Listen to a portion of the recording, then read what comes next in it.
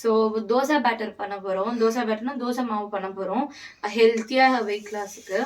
So actually பார்த்தீங்கன்னா ராகி நான் முன்னாடியே காட்டியிருந்தேன். எங்கள் வீட்டில் மெஷரிங் கப் சரியாக இல்லைன்றதுனால நான் இந்த மாதிரி ஒரு கப்பில் போட்டு மெஷர் பண்ணின்னு இருக்கேன்.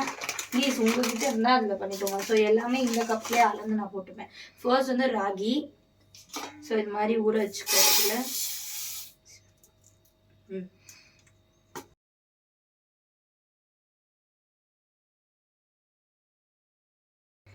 ஸோ பச்சை பயிறு ஆல்ரெடி இருக்கு, அது வந்து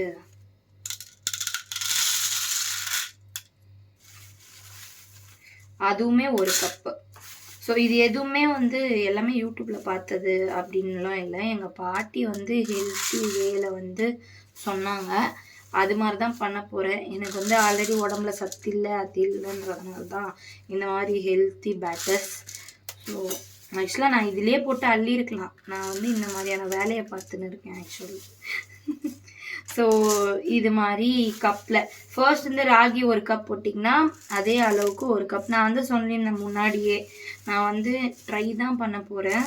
ஸோ ஃபர்ஸ்ட் நான் ட்ரை பண்ணுறேன்.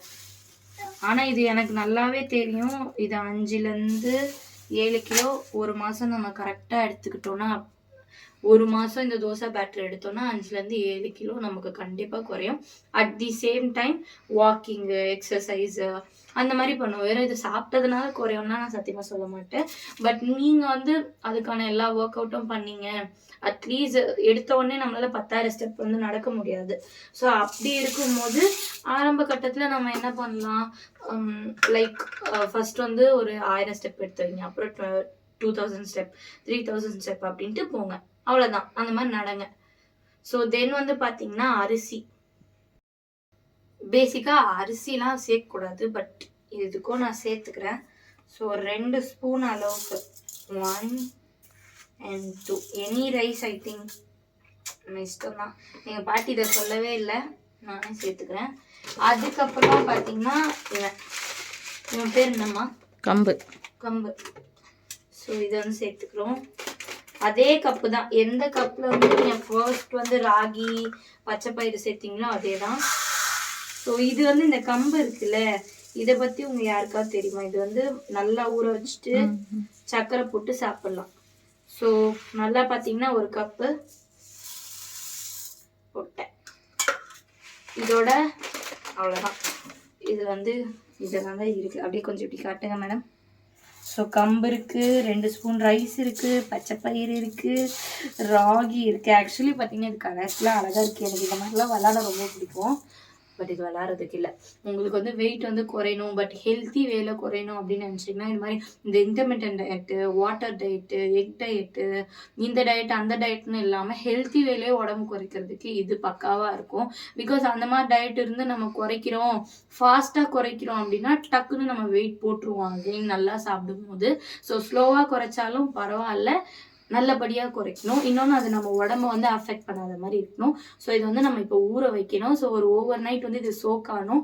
அதுக்கப்புறம் மார்னிங் வந்து நம்ம அரைச்சிக்கலாம். அதை வந்து நான் நாளைக்கு காட்டுறேன்.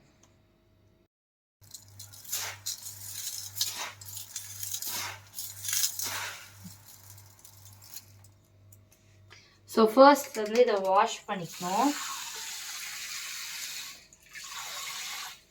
இது வந்து ஒரு 2 டைம் 3 டைம் வந்து வாஷ் பண்ணிக்கணும்.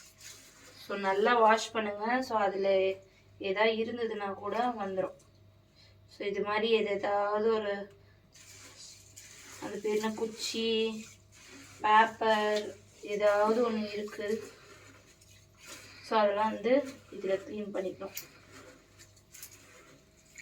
ஸோ ஒரு 2 to 3 டைம்ஸ் வந்து வாஷ் பண்ணிட்டு நம்ம வந்து ஓவர் நைட் சோக் பண்ணலாம். ஸோ நாளைக்கு நான் வந்து அரைக்கும் போது உங்களுக்கு காட்டுறேன். இப்போதைக்கு பாய் பாய். ஸோ அதுக்கப்புறமா நல்லா சோக்காச்சு, ஓவர் நைட் ஃபுல்லாக சோக்கான நம்ம தோசை பேட்டர் வந்து இப்போ அரைக்க போகிறோம். இனிமேல் தான் அது தோசை பேட்டராகவே தோசை மாவாக ஆக போகுது. ஸோ அரைக்கிறதுக்கு கொஞ்சம் கொஞ்சமாக தேவையான அளவு தண்ணி ஊற்றி அதை அரைச்சிக்கணும். ஸோ இது வந்து புளிக்கணும், ஃபெர்மெண்ட் ஆகணும் அப்படின்லாம் எந்த ஒரு இதுவுமே கிடையாது. நீங்கள் உங்களுக்கு வேணால் புளிக்க வச்சு சாப்பிட்லாம். நான் வந்து உடனே தான் சுட்டு சாப்பிட்டேன்.